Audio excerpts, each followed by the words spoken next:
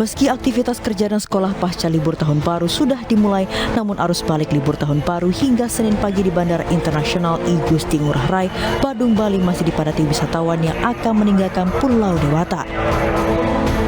Pada puncak arus balik wisatawan, pergerakan penumpang di terminal domestik Bandara Ngurah Rai diperkirakan lebih dari 50.000 hingga 60.000 orang penumpang per harinya.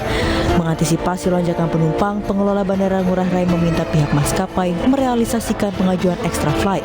Dari pengajuan 609 extra flight yang direalisasikan mencapai 403 extra flight. Sementara itu di terminal keberangkatan domestik di Terminal 1 Bandara Juanda Surabaya, ratusan calon penumpang tampak antri di loket check-in untuk kembali ke daerahnya usai libur tahun baru. Mayoritas calon penumpang memilih kembali Senin pagi selain untuk menghindari kepadatan penumpang, juga untuk mendapatkan tiket pesawat yang murah yang biasa dilakukan pihak maskapai di akhir liburan.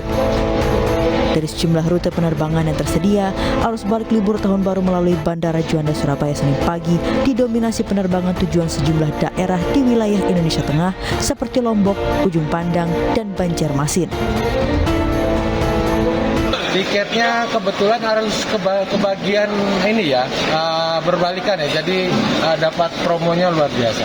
Kebetulan kami wira swasta, jadi tidak terikat sama jam kerja pemerintahan. Selain itu, arus balik di stasiun Lempuyangan, Yogyakarta masih terpantau ramai Senin pagi. Para calon penumpang akan kembali ke daerahnya masing-masing usai menikmati libur perayaan Tahun Baru 2023 di Yogyakarta.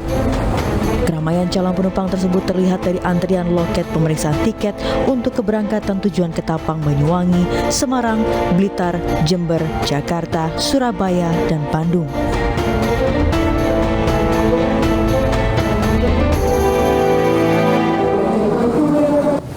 Pasca pemberlakuan Car Free Night selama perayaan Tahun Baru 2023, arus lalu lintas di kawasan Cisarua, Bogor terpantau ramai lancar. Sementara itu, Mitsubishi menyediakan posko siaga 24 jam bagi wisatawan yang ingin beristirahat ataupun menikmati fasilitas lain yang disediakan. Dan berikut laporan rekan Vito Erlangga dan juru kamera Andri Setiawan.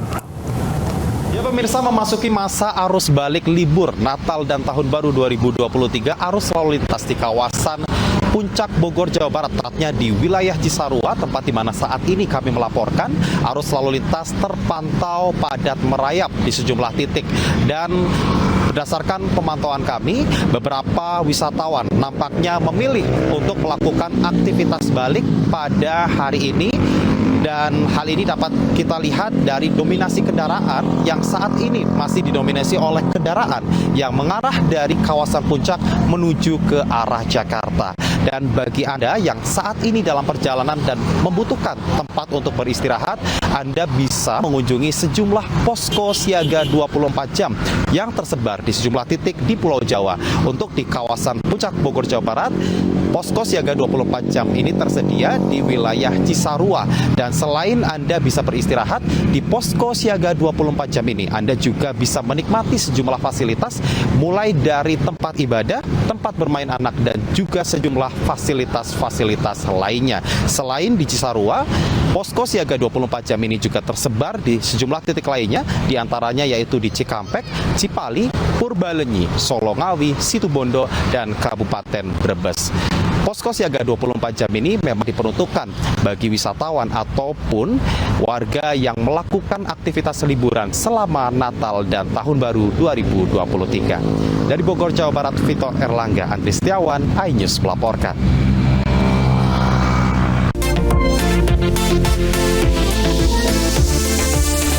Acara ini dipersembahkan oleh Kita ke informasi lain pemirsa, usai Presiden Joko Widodo mencabut status PPKM pada Jumat pekan lalu, Menteri Kesehatan Budi Gunadi Sadikin menegaskan pemakaian masker diutamakan saat berada di ruangan tertutup dan di kerumunan.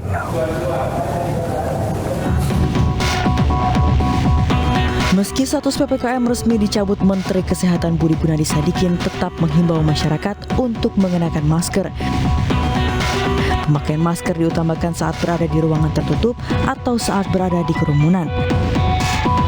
Lebih lanjut, ia menyebut dalam proses pandemi menjadi endemi COVID-19, intervensi pemerintah akan dikurangi, sementara kesadaran masyarakat akan ditingkatkan. Balik lagi, pemakaian masker kita anjurkan untuk di ruangan tertutup yang sempit dan kerumunan, baiknya pakai atau rumah sakit atau lagi sakit. Tetapi sekali lagi ini kita kembalikan ke masyarakat. Kalau masyarakat merasa oh dia sehat, ya ini udara terbuka kayak begini, nggak perlu apa-apa. Ya karena memang itu tadi strategi dari pandemi ke endemi itu intervensi pemerintah dikurangi, tapi partisipasi masyarakat ditingkatkan. Jadi kesadaran masyarakat untuk ukur sendiri di mana dia perlu, itu perlu kita capai. Sama kan kayak flu kan, kita nggak pernah ngajarin harus pakai payung kalau hujan, pakai masker atau minum panadol, masyarakat udah tahu sendiri. Sebelumnya, Presiden Joko Widodo resmi mencabut status PPKM di Indonesia pada Jumat pekan lalu.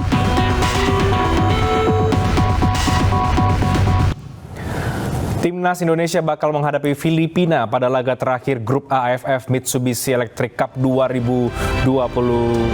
Informasinya kami hadirkan sesaat lagi.